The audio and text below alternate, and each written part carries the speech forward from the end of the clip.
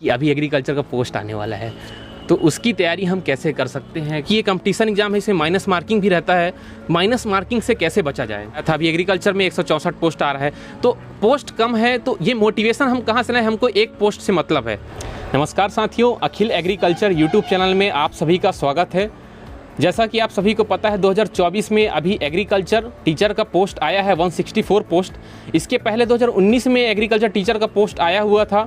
और अभी हमारे साथ आरईओ में टॉप 100 में जो हमारे टॉपर्स हमारे सर हैं, उनसे हम जानेंगे कि छत्तीसगढ़ एग्रीकल्चर टीचर 2024 की तैयारी हम कैसे कर सकते हैं और उनकी जो स्ट्रेटजी थी वो एग्रीकल्चर टीचर के लिए क्या रहेगी और आपको क्या सजेशन देंगे, इस वीडियो के माध्यम से आपको मिलेगी। अगर वीडियो आपको अच्छा लगे वीडियो को लाइक करिए, हमारे चैनल को सब्सक्राइब करना बिल्कुल ना भूलें। सबसे पहले आपको बता दूं कि ये गेंदलाल वर्मा सर है, जिनको आप बहुत अच्छे से जानते हैं। CGRU में इनका 10th रैंक था। और अब हमारे साथ हेमंत पटेल सर हैं, जो अभी MSc प्रीवियस ईयर में हैं, और इनका जो है CGRU में 62 रैंक था। अभी हमारे साथ जो है विवेक चंद्रा सर हैं, जिनका CGRU में 73 रैंक था। और जो हमारे साथ है अभिषेक साहू सर हैं, अभिषेक साहू सर का CGRU में 90 रैंक था। तो यहाँ पे जो है BTC कृषि महाविद्यालय एग्रीकल्चर कॉलेज बिलासपुर के सभी हमारे MSc के सीनियर्स हैं, जो आपको CGRU एग्ज़ाम में टॉप किए हैं और अभी आपको एग्रीकल्चर टीचर की एग्ज़ाम तैयारी कैसे करें उसकी स्ट्रेटजी आपको शेयर करेंगे। सर, सबसे पहला एक जो डाउट होता है, क्योंकि ये कंपटीशन एग्ज़ाम है, इसमें माइनस मार्किंग भी रहता है, माइनस मार्किंग से कैसे बचा जाए? देखो, माइनस मार्किंग का एक ही फंडा है कि आपका नॉलेज सही होना चाहिए, है ना। ऐसा आपको ट्रिक नहीं लगाना है कि हम जो है फंडा खेल गए कि ABC डाल दो, वो चीट फंड जो रहता है, ऐसा नहीं करना है।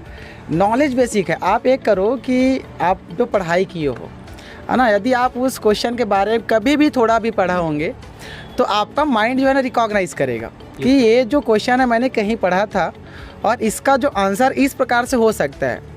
और ऑप्शन वही राइट होते हैं जो हमारा दिमाग फर्स्ट टाइम रिकॉग्नाइज करता है, क्योंकि आपने उसको देखा है। है ना, देखे रहेंगे तो पता चल ही जाता है कि ये इसका आंसर हो सकता है। इससे बचो। पहला तो दूसरा ये है कि ऐसा एक बार ये देख लीजिए कि आपका जो क्वेश्चन है वो कितना है ना, कितने नंबर का आपका जो पेपर आया है, और इस पेपर में आपका जो सिलेक्शन के लेवल है वो कितना हो सकता है, उसके हिसाब से आप अपना जो है क्वेश्चन अटेम्प्ट करो। जैसे 100 नंबर क्वेश्चन है तो आप जैसे OBC वाले बच्चे हैं तो OBC वाले का रहता है कि ये जो सिलेक्शन का जो चांसेस रहता है 60 से 65% का रहता है। तो पहले देखो कि मेरे को 100 नंबर 65 नंबर तो लाना है पहले, है ना। अब उसको लाने के लिए मेरे को मिनिमम 65 क्वेश्चन तो अटेंड करना ही पड़ेगा, है ना। तो उतना अटेंड करना है, तो उससे बढ़ के थोड़ा सा अटेंड करो।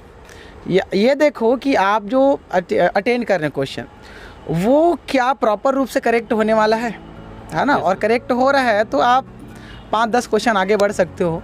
और ऐसा लग रहा है कि उस जो 60 क्वेश्चन 65 क्वेश्चन मैंने अटेंड किया उसमें भी डाउटफुल है कि उसके क्वेश्चन आंसर गलत हो सकते हैं, तो उसमें थोड़ा सा फिर आपको आगे बढ़ना पड़ेगा, है ना। जैसे आप 65 क्वेश्चन में सही आप अटेंड कर रहे हो तो 75 तक बढ़ जाओ, और डाउटफुल है तो उसमें 80 से 85 तक बढ़ो, तो उसमें क्या है आपके जो नंबर है वो सही रहेंगे।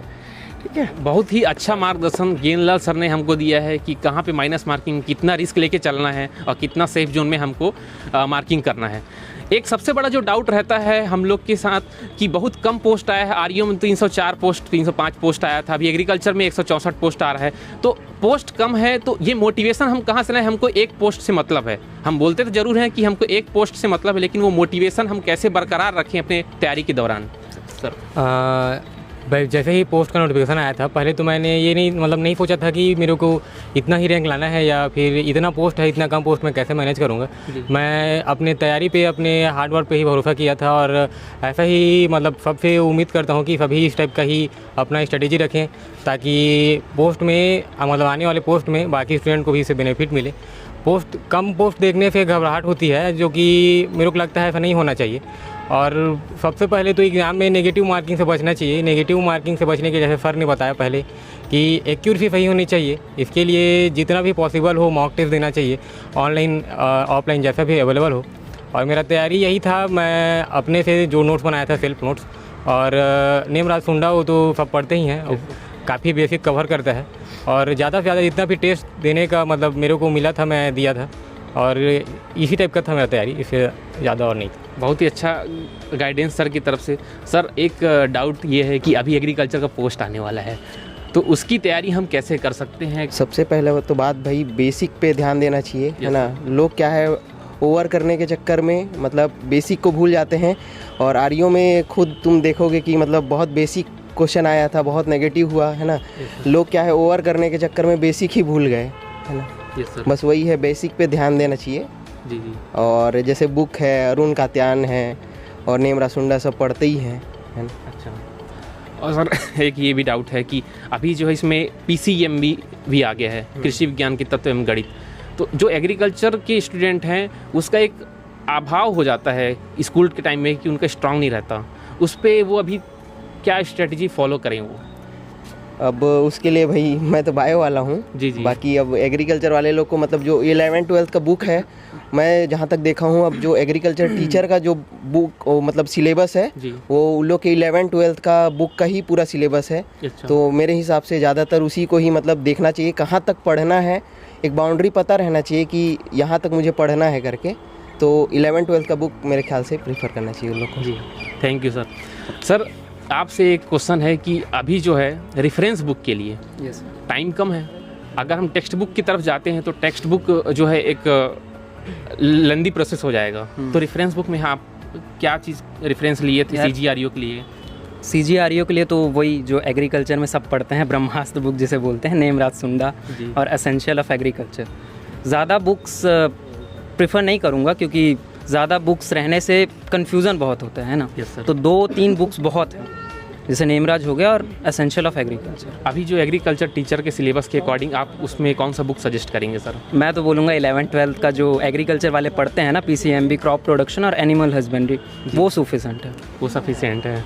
सर अपने अभी जो दोस्त हैं आपके जूनियर हैं या फिर जितने भी कंपटीटर अभी एस्पिरेंट तैयारी कर रहे हैं, उनको आप क्या मार्गदर्शन देना चाहते हैं? यही है यार, पढ़ाई करो अच्छे से, टाइम कम है, पढ़ाई करो बस। Yes sir, thank you very much sir.